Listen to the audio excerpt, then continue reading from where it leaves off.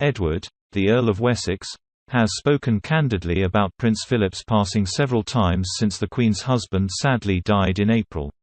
He and his wife, Sophie, Countess of Wessex, were the first to approach the public after visiting the grieving monarch. Sophie movingly told the media her father-in-law's death had left behind a massive hole, but added, "It was so gentle, it was just like someone took him by the hand and off he went. Very, very peaceful, and that's all you want with somebody, isn't it?" The couple were known to be very close to the late Duke of Edinburgh, with some speculating Edward was the consort's favourite child. In their first ever joint interview last week, the Wessexes touched on their grief for Philip once again, and mentioned the gift he had left behind for them, the Dukedom of Edinburgh. The prestigious title currently belongs to Prince Charles, as Philip's eldest child, but when he ascends the throne he will be able to pass it on to Edward as per their father's wishes. But, writing in The Telegraph, interviewer Camilla Tomaini claimed this had not always been the plan. She explained, "The Earl is almost apologetic as he admits that, theoretically, the title should go to the Duke of York."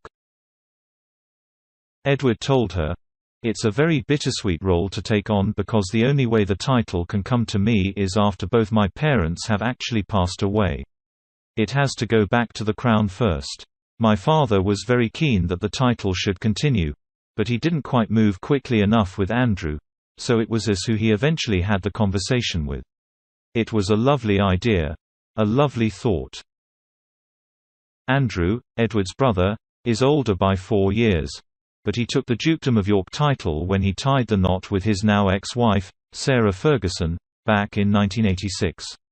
This title was held by both his maternal grandfather, King George VI, and great-grandfather, King George V. The monarch was following tradition when she passed the title to Andrew, as it is usually awarded to the second son of the sovereign.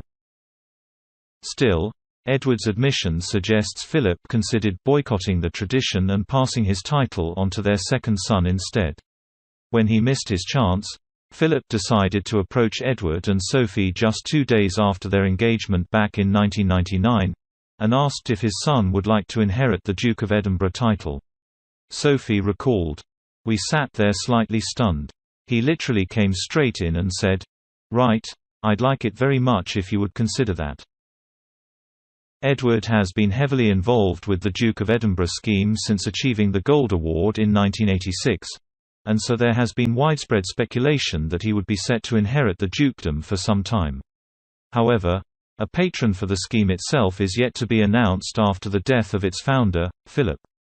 Edward's claim that the title almost passed to Andrew will raise eyebrows now, as the Duke of York took early retirement back in November 2019 following his car crash BBC Newsnight interview. As a result, the appointments he had been expecting, such as being promoted to Admiral on his 60th birthday, were deferred. He reportedly requested to wear an admiral's uniform to Philip's funeral, only for the Queen to rule out military dress altogether for the sombre occasion.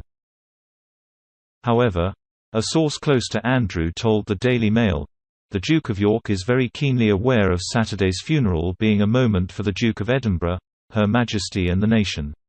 He has neither wish nor intention to distract from that." They added, "The Duke of York will do what is appropriate to the circumstances.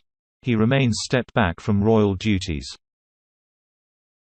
Andrew spoke fondly of his father in the days after his death, describing him as the grandfather of the nation, and claiming Philip had left a huge void for the Queen.